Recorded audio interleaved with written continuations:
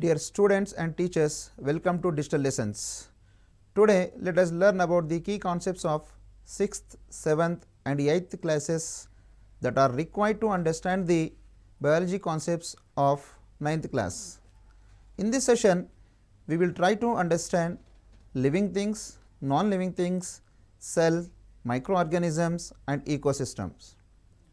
Dear students, you might have seen a variety of plants, animals, vehicles, industries and so many things in our surroundings. All these things are broadly classified into living things and non-living things. Some of these are living things and some of these are non-living things. What are the special features of living things?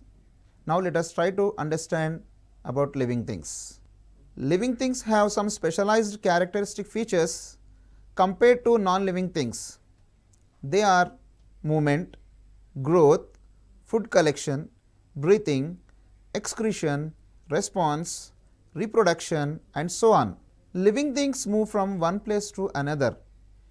Humans use their legs to walk and run. Butterfly flies with the help of its wings. The frog moves by jumping with its legs. The snake crawls on surface and moves forward. Fish swim in the water. Birds fly in the air. In the same way, plants shrink. The flowers of the plant blooms. The plant body moves towards the light. Plant roots move towards the water. But non-living things do not move. They are restricted to their position only. Growth in living things. We see that the seeds germinate and grow into plants and trees. In the same way, animals and humans grow in height from birth to certain age. Growth in plants remains throughout their lifetime. In animals, up to a certain age only. Every year, the change in the growth of plants, animals and humans is clearly visible. But non-living things do not grow. Food collection in living things. Animals and humans must need food to survive. Food is essential for growth and to perform different activities. Without food, the living things will die. Animals obtain their food requirements from plants or other animals. Plants make their own food through photosynthesis and consume a part of it. Rest of the food is stored in various parts. But non-living things do not need food. Breathing in living beings. We breathe through the nose. Without breathing, one cannot live even for a short time. By constant inhaling and exhaling in breathing, exchange of gases takes place. Due to continuous breathing, cellular respiration occurs and energy is produced in living cells. Plants are also constantly taking air through the stomata in the leaves. So, air enters into the plant leaves through the stomata. Non-living things do not breathe. Reproduction in living organisms. Reproduction is the process by which organisms produce new species of their own with similar features. Organisms like birds lay eggs and by hatching them produce new species. Whereas, some of the animals give birth to their young ones. Plants produce seeds and those seeds are again used to germinate into new plants. But non-living things cannot reproduce. Living things show response. Living organisms shows response to any external stimuli. The humans and animals show response to a various stimulus like if we accidentally step on a thorn, we withdraw our leg immediately. We move away from the fire. We turn off our eyes when more light is focused. Salivating in the mouth when we look at the mango. All these are different responses given to different stimuli. Plants also shows response. Like animals, in the same way, plants also show response towards the light, water and gravity. We can observe plants growing towards the light. The leaves of the plants like touch-me-not, Mimosa pudica plant shrinks when we touch them. All these are different responses which are shown by living things. But non-living things cannot show any kind of response to the stimuli. What are all living things made up of? All living things are made up of cells. The structural and functional unit of living things is the cell. When we look at the structure of a cell, the cell has three main components. They are cell membrane, cytoplasm and nucleus. In cytoplasm, there are various kinds of cell organelles are present. When we look at the onion peel cells under a microscope, we can find cell wall, cell membrane, cytoplasm and nucleus. These cells are plant cells. In the same way, cell components are also found in our cheek cells. These are animal cells. In these cells also we can find cytoplasm, nucleus and cell membrane. Plant cells have an extra layer around the cell membrane called cell wall, which is made up of cellulose, whereas animal cells do not have cell wall. Do living things have an equal number of cells?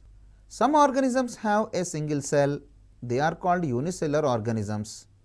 Example, amoeba, paramecium, chlamydomonas. All these organisms have only one cell. So, they are unicellular organisms. Some organisms have more than one cell. They are called multicellular organisms. Example, plants, animals and humans. In human, muscle cells, bone cells, blood cells, nerve cells and epithelial cells etc. are present. These cells perform different functions. Their shape depends on the functions they perform. Plants have many types of cells, as well as animals also have a wide variety of cells. Cells are microscopic in structure. These are invisible to the eye. In the same way, some organisms are very small and invisible to the eye. They are called microorganisms. These can be viewed with the help of a microscope. Dear students, now you are very much familiar with the structure of the cell. When we look at the structure of the cell, every cell consists of nucleus. Nucleus is the main part of the cell. It controls all the functioning of other cell organelles. So, the functions of a cell is dependent upon the nucleus. All the living organisms are made up of with the cells. That means the structure of an organism depends upon the structure it consists of. In the same way, the functions performed by an organism is also dependent upon the functions carried out by the cells. So, to perform different functions, various kinds of cells are present in all the organisms. In the same way, as the shape, size of the cells are different, these cells leads to a kind of variations. Depends upon these variations, different organisms looks in different way. So, different organisms as looking in different ways, that leads to diversity. That is the main reason why we are finding a variety of plants in our surroundings and various kinds of animals in our surroundings. In the same way, microorganisms also. A combination of different living things in our surroundings leads to biodiversity. So, biodiversity is the major part of every ecosystem. Are all the microorganisms same? How they are classified? Microorganisms are mainly classified into 5 groups. They are algae, bacteria, fungi, protozoa and microarthropods. When we look at the examples of algae, Chlamydomonas, Spirogyra, diatoms are the examples of algae. Examples of bacteria, Coccus, Bacillus, Lactobacillus. Here Coccus and Bacillus are the names given, depends upon their shape. Examples of fungi, Rhizopus, Aspergillus and Penicillium. Examples of protozoa, amoeba, paramecium, verticella. Examples of microarthropods, Cyclops, Daphnia, Ichmite. What are the benefits of microorganisms? There are many benefits with the microbes. They help in making foods like idli, dosha, cake, etc. Yeast is the microorganism which is used to make bread and cakes. Yeast also helps in making of idli and dosha. Microbes are used to make medicines like antibiotics. We are familiar with taking penicillin injections when we are sick. It is also made with a microorganism called penicillium. Penicillium notatum is a kind of fungus. Rhizobium, which is present in the rootstocks of plants such as lentils and peanuts, provides plants with nitrogen from the air. In this way, they help in increasing the soil fertility. Biofertilizers are synthesized from microorganisms by decomposing plant and animal waste and helping to keep the environment clean. How microorganisms are harmful to us? Microbes can cause diseases in humans, animals and plants. Microorganisms can spread diseases from one person to another through air, water, food, insects and by direct contact. These type of diseases are called communicable diseases. We need to get vaccinated to prevent diseases. Microorganisms are also used to prepare vaccines. What are vaccines? What diseases can be prevented by them?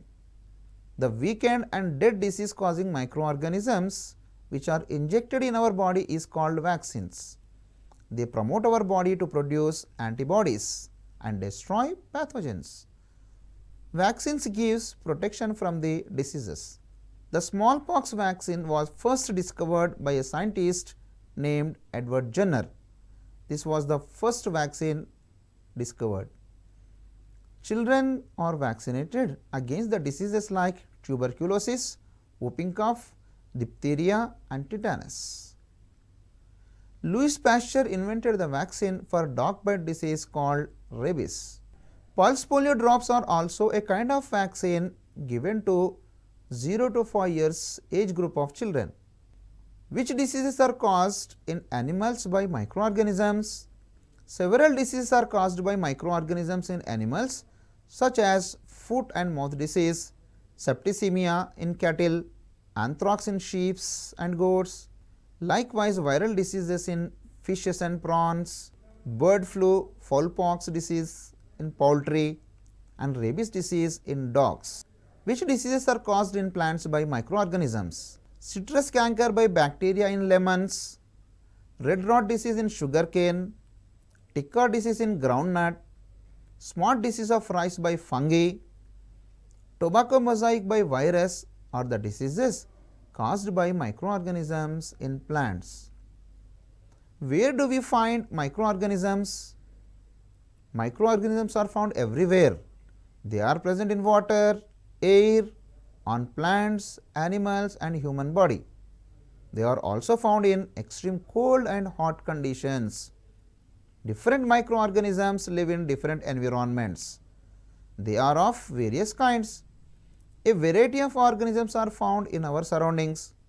We can observe variations among these which leads to diversity in organisms. Think about these questions. What is biodiversity? Are all kind of living things found everywhere on earth? Are all the living things that once existed on earth still present? There are many kinds of plants and animals in the nature around us.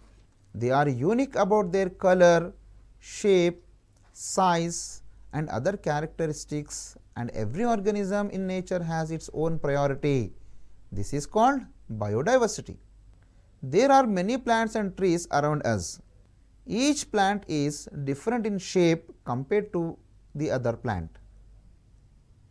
In the same way, every species has different characters compared to other species. For example, if palm tree is compared to a mango tree, it has different roots, stems, leaves, branches. They differ in all these features. Even when mango trees are compared to each other, some of the features are different. You may have noticed that mangoes come in different shapes and sizes. When a dog and elephant is compared, their legs, eyebrows, ears, body structure, etc. are different.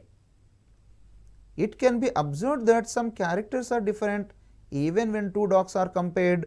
Millions of humans on earth are not identical to each other except a few twins. They all have different facial features. The organisms once lived in large numbers on earth and now declined rapidly are called endangered species. Blue jay and vulture are examples of our state which belongs to endangered species. Similarly, the species which are vanished from earth forever are called extinct animals. Example, dinosaurs. Details of extinct and endangered species are included and published. That book is called the Red Data Book. Endemic species are the organisms that are restricted to a particular geographical area or country. Examples are the kangaroo from Australia, the kiwi from New Zealand, the peacock from India. What are established to protect endangered species?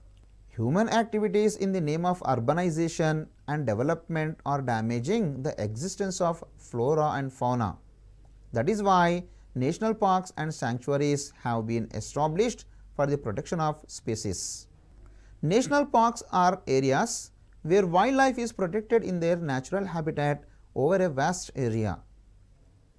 A sanctuary is an area that allows limited human activity without affecting the habitat of the species. By conserving forests, we can save many lives. Organisms with different characteristic features lives in different ecosystems. In every ecosystem, abiotic and biotic components are present. Sunlight, air, water, soil are the components of abiotic, whereas plants and animals, microorganisms are the biotic components. There are interdependence among these biotic and abiotic components. Now, let us try to understand the relationship among biotic and abiotic components. Food chain. The relationship for food among organisms in the ecosystem is represented by the food chain. Producers are the first nutrient level in the food chain. These are green plants. The next level consists of consumers. At this level, there are first herbivores, then carnivores. Microbes are the final level decomposers. Children, observe the following food chain. So, food chain starts with producers. Primary consumers are dependent on producers. Secondary consumers are dependent on primary consumers. Tertiary consumers are dependent on secondary consumers. So, look at the example given. Butterflies depends on flowers for their food requirements. Frog depends on insects like butterflies. Snake depends on animals like frog for its food requirement. So, this example represents a kind of food chain. See the classification of ecosystem. Ecosystem is broadly classified into two categories: natural ecosystem and artificial ecosystem. Artificial ecosystem is the ecosystem which is made by humans, or it is called man-made ecosystem, whereas natural ecosystem is again classified into two groups: terrestrial ecosystem and aquatic ecosystem. Terrestrial ecosystem is classified into grassland ecosystem, forest ecosystem and desert ecosystem. Aquatic ecosystem is classified as marine ecosystem and freshwater ecosystem. Every ecosystem consists of producers, consumers and decomposers. For example, producers of the forest ecosystem include plants, creepers, shrubs and large trees. Primary consumers include deer, elephants, rabbits. All the primary consumers are herbivores. Secondary consumers are carnivores, include tigers, wolves and lions. Decomposers include bacteria and fungi. These decomposers depends on the decaying and dead plant and animal bodies. They destruct the plant and animal bodies and add the nutrients to the soil. The mangrove ecosystem is where the river water meets the sea water. The producers in this ecosystem are mangrove plants and some type of algae. Consumers include crabs, prawns, snails and turtles. Bacteria such as detritus are decomposers. Organisms that live in different ecosystems have certain adaptations to the environment related to that ecosystem. Without those adaptations, they cannot survive. There are many gases in the air. The highest is nitrogen at 78%, followed by oxygen at 21%, carbon dioxide 0.03% and other gases are present. The other gases includes argon, neon, krypton like inert gases, water vapor, dust particles. All these other elements are under 1% only. Pollution is caused by two reasons, natural reasons and man-made reasons.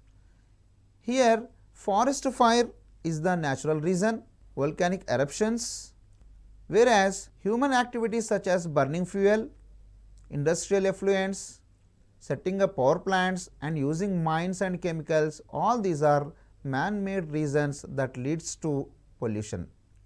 Dear students, now we come to know that all the living things are made up of with cells. Cells are the structural and functional unit of living organisms. So, there are various types of cells are present in plant and animal bodies. These variations in the cells leads to diversity. So, we can find a variety of plants and animals in our surroundings, which is called as biodiversity. Different organisms lives in different ecosystems. In every ecosystem, biotic and abiotic components are present. So, all these different biotic and abiotic components are interdependent upon each other. If abiotic components are affected, then ultimately it shows impact on the biotic components. So, it is our duty to save our environment. Now, let us see the main points of today's session. Living things have some unique characteristics compared to non-living things. They include movement, growth, food collection, breathing, excretion, response, reproduction, etc. All living things are made up of cells. The structural and functional unit of living things is called cell. The cell has three main components. They are cytoplasm, cell membrane and nucleus. Some organisms have a single cell. They are called unicellular organisms. Example, amoeba, paramecium, chlamydomonas. Some organisms have more than one cell. They are called multicellular organisms. Example, plants, animals, humans. Microorganisms are mainly classified into 5 groups. They are algae, bacteria, fungi, protozoa, microarthropods. There are many benefits with microorganisms. They help to make foods like idli, dosha, cake and to make medicines like antibiotics, to increase soil fertility, to clean the environment, to make compost manure. Microorganisms can cause diseases in humans, animals and plants. Microorganisms can spread diseases from one person to another by air, water, food, insects and by direct contact. These types of diseases are called communicable diseases. There are many types of plants and animals in the nature around us. What is unique about color, shape, size and other characteristics are that everything in nature has a priority. This is called biodiversity. The organisms once lived in large numbers on earth and now decline rapidly are called endangered species. Blue jay and vultures are examples of our state. Similarly, The species which are vanished from earth forever are called extinct. Endemic species are the organisms that are restricted to a particular geographical area or country. Human activities in the name of urbanization and development are damaging the existence of fauna. That is why national parks and sanctuaries have been established for the protection of species. Every ecosystem consists of biotic and abiotic components. Abiotic components such as sunlight, air, soil and water, etc. Plants, animals and microorganisms are biotic components. The relationship for food among organisms in the ecosystem is represented by the food chain. Producers are the first nutrient level in the food chain. These are green plants. The next level consists of consumers. At this level, there are first herbivores, then carnivores. Microbes are the final level decomposers. Children, till now we have studied about living things and non-living things, their characteristic features and the structure of cell, types of cells that leads to variations in the cells, and also we have studied the biotic and abiotic components of ecosystem. So now let us go for evaluation. So all the children are advised to note down these questions and try to answer these questions. Compare unicellular organisms and multicellular organisms with examples. Draw the labeled diagram of any cell. Mention the group of microorganisms with examples. Write the advantages and disadvantages of microorganisms. What are the factors that affect the ecosystem? Draw a food chain and describe each level of it. What are the elements in the air? How can we observe the cells? Give examples of extinct, endangered and endemic species. What are the diseases caused by microorganisms in plants? Children, till now we have studied about cell, microorganisms and ecosystems. I hope that these concepts have better understood and useful for the understanding of 9th class biology concepts. So, we will meet again another day with another topic. Thank you.